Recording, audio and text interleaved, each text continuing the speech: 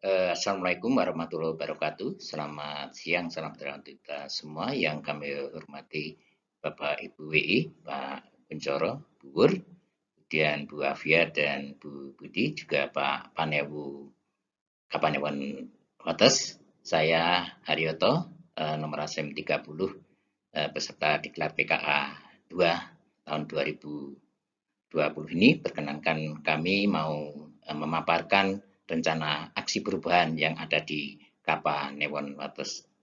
Tema yang saya ambil adalah tentang paten yang ada di Kapanewon Wates. Perkenankan saya menyampaikan slide pada kesempatan ini. Yang pertama ini gambaran sedikit tentang Kapanewon Wates. Kemudian yang kedua, visi ini terwujudnya masyarakat Kulon Progo yang sejahtera, aman, tentram, dan berkarakter dan berbudaya berdasarkan iman dan takwa. Ini visi dari pemerintah kabupaten. Kemudian misi ini ada 4, tapi satu dari 4 misi kabupaten ini yang ketiga, yaitu yang langsung terkait dengan Kapanewon adalah mewujudkan tata kelola pemerintahan yang baik dalam lingkungan kehidupan yang aman, tertib, dan tentram. Ini kemudian untuk tujuan ini terwujudnya peningkatan kualitas penyelenggaraan pemerintahan dan penjalanan publik yang responsif dan akuntabel.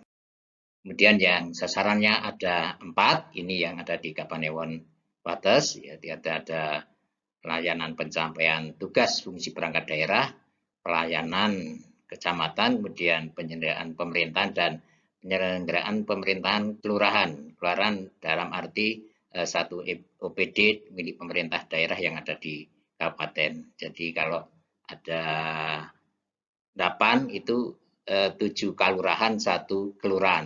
Ini kelurahan itu langsung di bawah ataupun masuk dalam OPD Kapanewon. Kemudian untuk strategi ini ada 4, Bapak Ibu sekalian. Kita lanjut. Kemudian untuk kebijakan ini ada 4 hal terkait dengan layanan, kemudian kualitas pelayanan, kualitas pelayanan pemerintahan, dan penyelenggaraan pemerintahan kelurahan. Kemudian tentang struktur organisasi, ini sesuai dengan Perbuk nomor 85 tahun 2019. Ini struktur tentang Kapanewon. Kemudian tertinggi ini ada Bapak Panewu, kemudian ada Pak Panewu Anom yang dulu sekretaris, ini saya sendiri, kemudian juga bawah ada jabatan-jabatan yang dulu kepala seksi. Kemudian next, tugas dan fungsi. Ini penyelenggaraan urusan pemerintahan pelayanan publik, pemberdayaan masyarakat kelurahan dan atau kelurahan, dan penugasan sebagian urusan keistimewaan di wilayah Kapanewon. Kemudian untuk fungsi cukup banyak sekali Bapak Ibu sekalian, nanti bisa dipirsani di tag yang kami bagikan. Bapak Ibu, ini terkait dengan gambaran sedikit, kami ada video mungkin bisa dipirsani. Bapak Ibu, ini kantor Kapanewon Wates di Kabupaten Kulon Progo. Situasi sekarang dengan kondisi mewabahnya corona ini memang sangat sepi. Ini kantor Kapanewon Wates, dan kita lihat bersama di kantor ini memang pelayanan masyarakat pada akhir-akhir ini sangat kurang, karena memang ada himbauan untuk dikurangi dalam hal berkerumun ataupun kontak dengan orang lain, ya. Ini kantor Kapanewon Wates, kemudian ini ada ruang pelayanan di sini. Nah, ini yang sangat menjadi PR kami untuk perbaikan yang akan datang. Kemudian seperti ini gambarannya. Kemudian kita lihat ke dalam, ada kantor pelayanan. Nah, ini kondisinya. Ini kantor pelayanan yang masih sangat kurang dan minim fasilitas ini di Kapanewon Wates. Ini situasi corona mewajah corona saat ini yang memang dari sisi fasilitas sangat kurang sekali. Kemudian kita lihat sana, ini ya, ini kantor Kapanewon kita yang ada di Wates. Baik, kemudian kita masuk pada ini, ada beberapa ruang jawatan. Ini masih pakai nama yang dulu. Kemudian selanjutnya tentang inovasi rencana aksi Bapak Ibu sekalian, dari paten yang ada di Kapanewon tadi ada beberapa hal terkait dengan permasalahan ini menjadi aksi kami. Ini kondisi saat ini, kemudian kondisi yang diharapkan dan inovasi. Terkait dengan kondisi saat ini, yang pertama masih banyak masyarakat yang belum paham tata cara dan prosedur pengurusan administrasi di paten Kapanewon Wates. Ini kondisi yang diharapkan masyarakat paham prosedur dan tata cara pengurusan administrasi di paten Kapanewon Wates. Kemudian inovasinya antara lain kita akan mengadakan sosialisasi, kemudian publikasi dengan sosial media, dan juga ada nanti pembuatan banner, kemudian alur pengurusan administrasi di paten Kapanewon Wates. Kemudian permasalahan kondisi saat ini yang kedua, yakni gedung yang tertutup, ruangan yang sempit, dan fasilitas yang minim. Kondisi yang diharapkan gedung yang menarik, ruangan yang representatif, dan fasilitas sesuai dengan perkembangan teknologi. Kemudian inovasinya merencanakan, mengusulkan dan merehabilitasi gedung dan fasilitas yang memadai dan sesuai dengan perkembangan teknologi saat ini. Yang ketiga, layanan administrasi belum memanfaatkan layanan aplikasi secara online dan terkoneksi dengan kelurahan dan OPD lain. Ini kondisi yang diharapkan, layanan administrasi dengan aplikasi online dan terkoneksi dengan kelurahan dan OPD lain. Kemudian inovasi yang akan kami lakukan, yakni merencanakan, mengusulkan, dan membangun aplikasi online yang terkoneksi dengan kelurahan dan OPD lain. Jadi dari inovasi dan yang kita sampaikan di atas, ini muaranya adalah pada pelayanan paten, dan tentunya ini menjadi sasaran Kapanewon Wates yang menunjang visi misi Kabupaten Kulon Progo, yaitu meningkatnya kualitas penyelenggaraan pemerintahan dan pelayanan publik yang representatif dan akuntabel.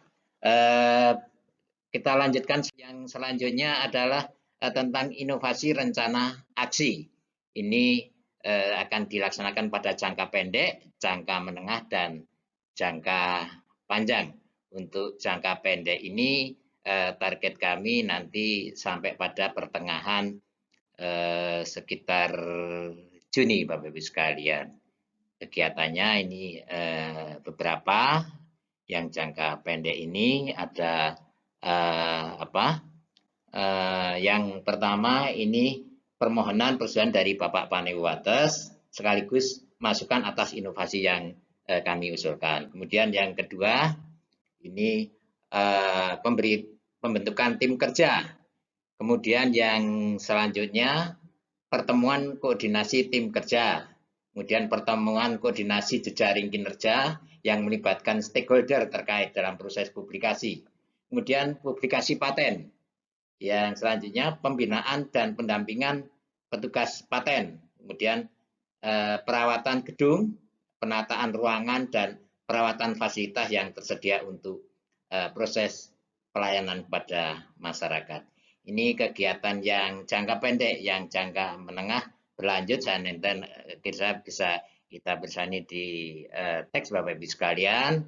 Ini memang menengah ini ada beberapa kegiatan perencanaan terkait dengan pembangunan gedung juga dengan aplikasi online. Kemudian yang ini sampai tahun 2000 akhir 2020 menengah ini. Kemudian yang jangka panjangnya ini sekitar mulai tahun 2021.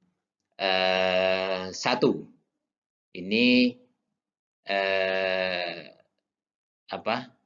akan kita usulkan perencanaan di akhir triwulan. Ini antara lain yang kami sampaikan. Jadi jangka menengah ini kita targetkan pada sekitar pertengahan akhir 2020 ini. Kemudian yang jangka panjangnya nanti pada tahun 2022 akan terlaksana. Mungkin nanti bisa diperisani di teks Bapak Ibu sekalian.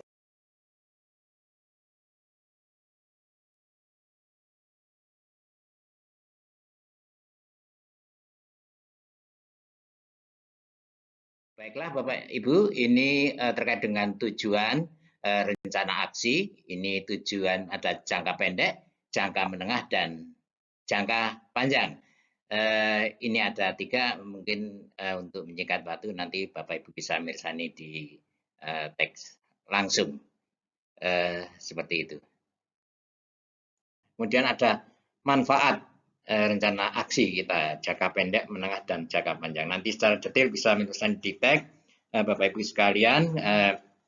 Saya kira itu untuk tindak lanjutnya nanti ada paparan kami di tag, dan terkait dengan permasalahan saya kira ada kendala dalam RAP ini. Untuk kelancarannya tentunya yang pertama karena tentunya kesibukan stakeholder ya, yang tentunya karena kesibukannya dan tanggung jawab yang cukup banyak, sehingga dari ini tentunya kami harus bisa memecahkan masalah antara dengan pendekatan secara pribadi dan pendekatan-pendekatan lain yang kami lakukan. Juga yang lain berkurangnya komitmen antar stakeholder yang ada. Ini memang hal-hal yang tentunya nanti menjadi kendala yang akan mudah-mudahan nanti kami bisa selesaikan. Saya kira itu Bapak Ibu WI, mohon maaf atas pemaparan kami.